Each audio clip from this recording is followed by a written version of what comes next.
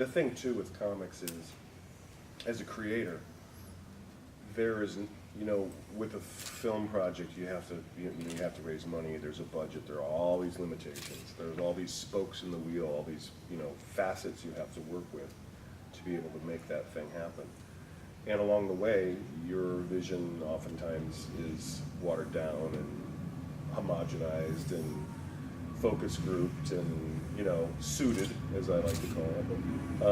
And in comics, your only limitation is your time and your imagination. And it's like Tom said, you could use a small, intimate story that if you were, you know, like, and very often if I do sequential, I stage it as a play and I photograph it, and then I work from those photos to create the stylized artwork. And that can be a bit of a production. But comics can be a small, intimate thing up to something that could be a $400 million film, you know, a Pacific Rim, you know, and that's the magic of it, you know. You don't need anyone but yourself, really, and then figure out a way to publish it. And today, I mean, you just kickstart that thing, right? As long as you can get enough people interested in it, you can get it out there. Or you could go to someone like Image, who if they think your book is worth it, will publish that book for you.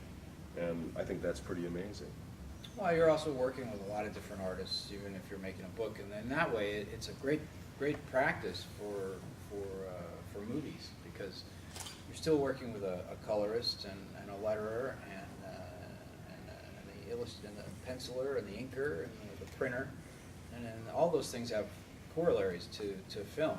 And if you're organizing all that, you're working with all these different people to bring a specific vision to life. And I think it's great practice for making movies. You know, Yeah, there's no great stretch there. You know, you're doing the same thing in a different venue. So for me, it's great training as a director. Tim and I are working on a couple of movies too. I wrote a Western last year. I'm going to hopefully shoot it in the spring. But that experience in getting into films is just a direct result of working on these comics and sort of learning the ropes that way. You know, it's sort of like the producerial side of creativity, which you have to have. It gives you confidence too, because you know, it starts out as something that you're not, you know, maybe so sure about, but once you've been through the ropes with putting together a book like that, you kind of see that, I think I can work with these other facets and make that happen. And Raw too is a company that's not just a comic company. It's you know, we're developing, like Tom said, film. Tom produced an album last year for Rusty. Mm-hmm. Yeah, we made an EP for Rusty Blades. And so it's like whatever kind of like creative format we're into, we try to make it happen and put it out there. And that's exciting, you know. There's no limitation, you know. It's not just one type of thing. So you mentioned you're working on various movies at the moment. Can you give us a little bit of a tease about what kind of thing they are, what kind of genre, what kind of subject you might be involved? That kind of thing? Well, we got the Western. That's The farthest along. That's the furthest along. We've got a great cast, and Nick Nolte. we've got Nick, and we've got some other terrific actors come on board for that.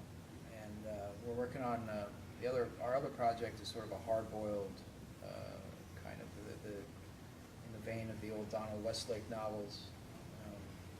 Sort of one of those hard-boiled style stories. Phil Joannou, who directed Dirty Laundry, and I are working on a project, a miniseries. So we're putting that together. Our book, The Lichen, which is sort of like the Magnificent Seven, set in the 1700s, hunting werewolves. A period werewolf. Period werewolf story that Mike Carey, who's also from England, wrote for us.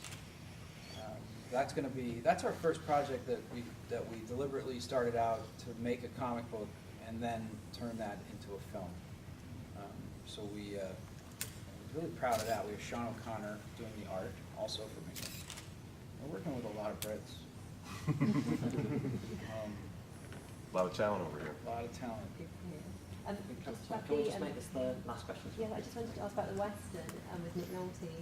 What kind of period are we talking, and what you've left a bit out the rest of the The cast, Western, is it it? takes place in the 1870s, and it's a bit of a hero's journey. It's a bit of a treasure of the Sierra Madre. It's very much a classic Western. Gothic. More in the yeah. There's definitely a sort of almost a Gothic element. Homerian. Yeah, it's a hero's journey, kind of a Homerian kind of tale. There's a lot of little elements in it that make it it's a mythical kind of experience, a road picture kind of, if you will, a saddle picture. There's With some great characters. Indians, and buried treasure. Do you have a title for that? It's called A Magnificent Death from a Shattered Hand. Wow. And It's a mouthful. that was actually a Great submission that a young writer submitted a script with that title to us, and we try to read. We get a lot of submissions every week, and we try to read as much as we can. But that title sort of stood out, and the story was really cool. So we optioned the screenplay from a guy named Jose Prendes, who wrote the original draft, and I worked on it for about a year, whipped it into shape, and it turned out great. You know, it's very much a throwback Western in vein of Howard Hawks and John Ford. Everybody sort of wants to do the spaghetti Western type thing, and there's elements of that in this Western for sure. But I think for a Western to be successful, you have to go back to the roots of what makes Westerns so interesting in the first place. And I think a lot of the modern Westerns try to modernize the Western tale, and they have not been successful. But if you stick to the basics, like Unforgiven, I guess that's really the most recent Western that True I can Grit. think of that really did well. The two films that I think you could compare this Western to would be There Will Be Blood and No Country for Old Men. Can't wait to see it. Thanks very much. Thanks, everybody. Thank you, guys. Thank you very much for your time, guys.